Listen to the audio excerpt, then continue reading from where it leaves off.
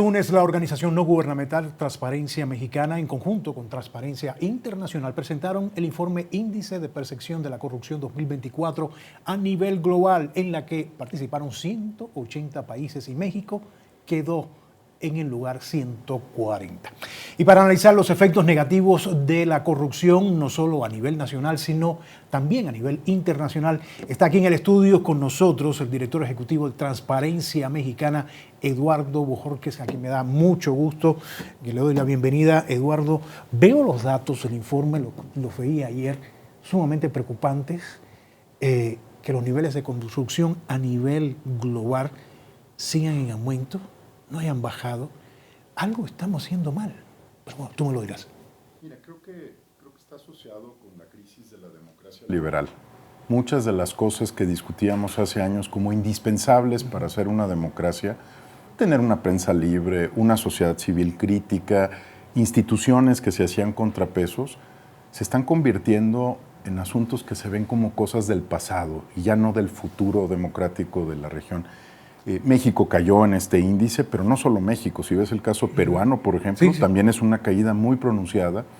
Y puedes ir viendo que hay esta crisis de lo que consideraban... Francia cayó, ¿no? Francia, y perdóname, pero Estados Unidos creo que va a caer el próximo año de manera muy dramática. Vamos ¿no? a ver. Lo veremos.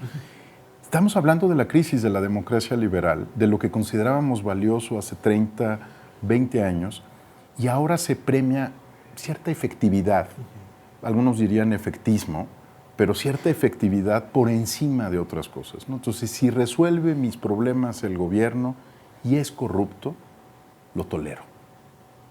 Así de serio. Yo creo que estamos entrando en una crisis importante.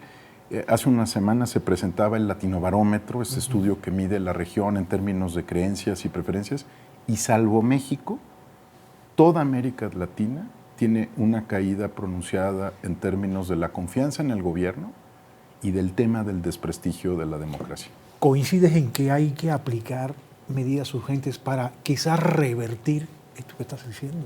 Bueno, creo que lo primero es recordarle a la clase política de todos los países que este sigue siendo un problema que pagan las personas más pobres, las que tienen condiciones de marginación, que agrava la desigualdad social.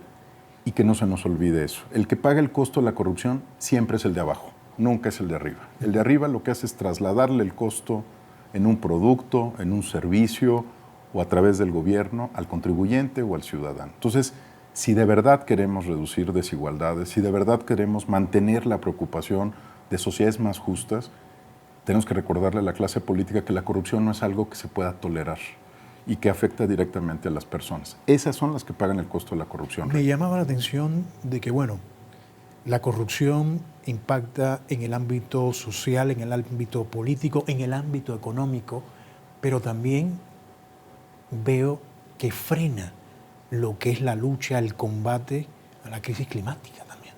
Y grande, y muy grande.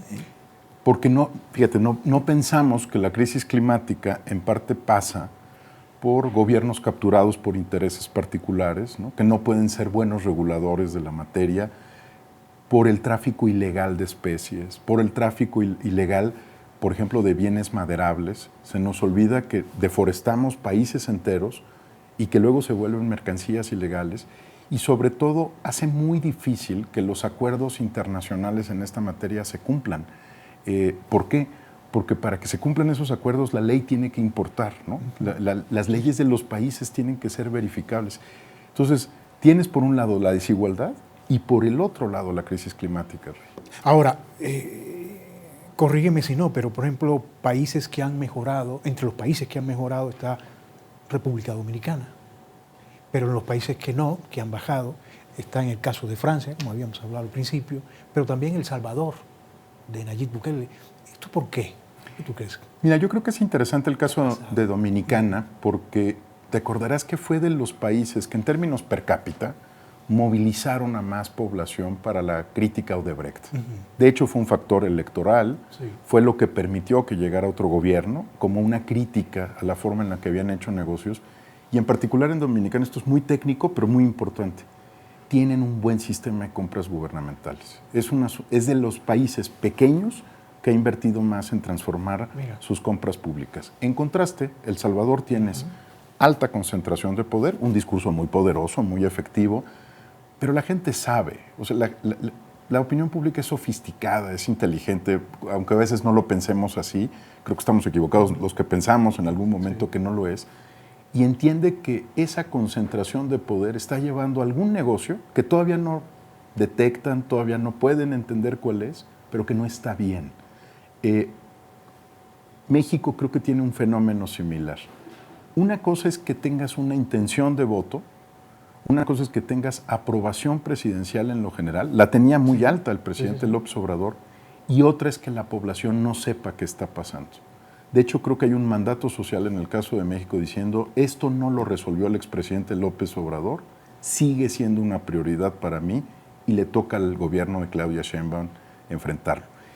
Lo que estamos también es en presencia de una opinión pública más sofisticada, ¿no? De sociedades que pueden decir, puedo aprobar tu gestión, presidente Bukele, pero no estoy de acuerdo en la forma en la que estás manejando la corrupción. Y tiene que ver mucho eso de que al principio del gobierno del expresidente Andrés Manuel López Obrador, pues los índices fueron buenos. Mejoró incluso 8 lugares, luego 12 lugares. Exactamente, ¿sí? pero después, ahí puede ser esa sofisticación de la opinión pública de la que tú hablas. Y puedes decir, yo apruebo su gestión, ¿no?